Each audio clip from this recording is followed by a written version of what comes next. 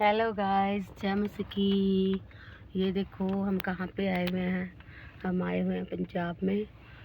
और ये देखो मैं आपको दिखा रही हूँ कि गन्ने के खेत कितने अच्छे लग रहे हैं। ये देखो,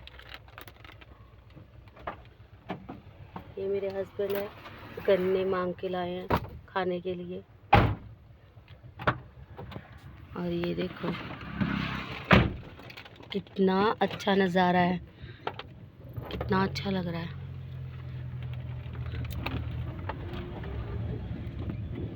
कितने सारे गन्ने लगे हुए हैं। आप सब भी पंजाब में आए और जिसने भी गन्ने खाने हैं वो लेकर जाएं, क्योंकि यहाँ के फ्रेश और ताज़े गन्ने होते हैं। और यहाँ पे आने में बहुत अच्छा लगता है, क्योंकि यहाँ पे हरियाली ही हरियाली है और इन्जॉयमेंट भी कर सकते हैं। God bless you all.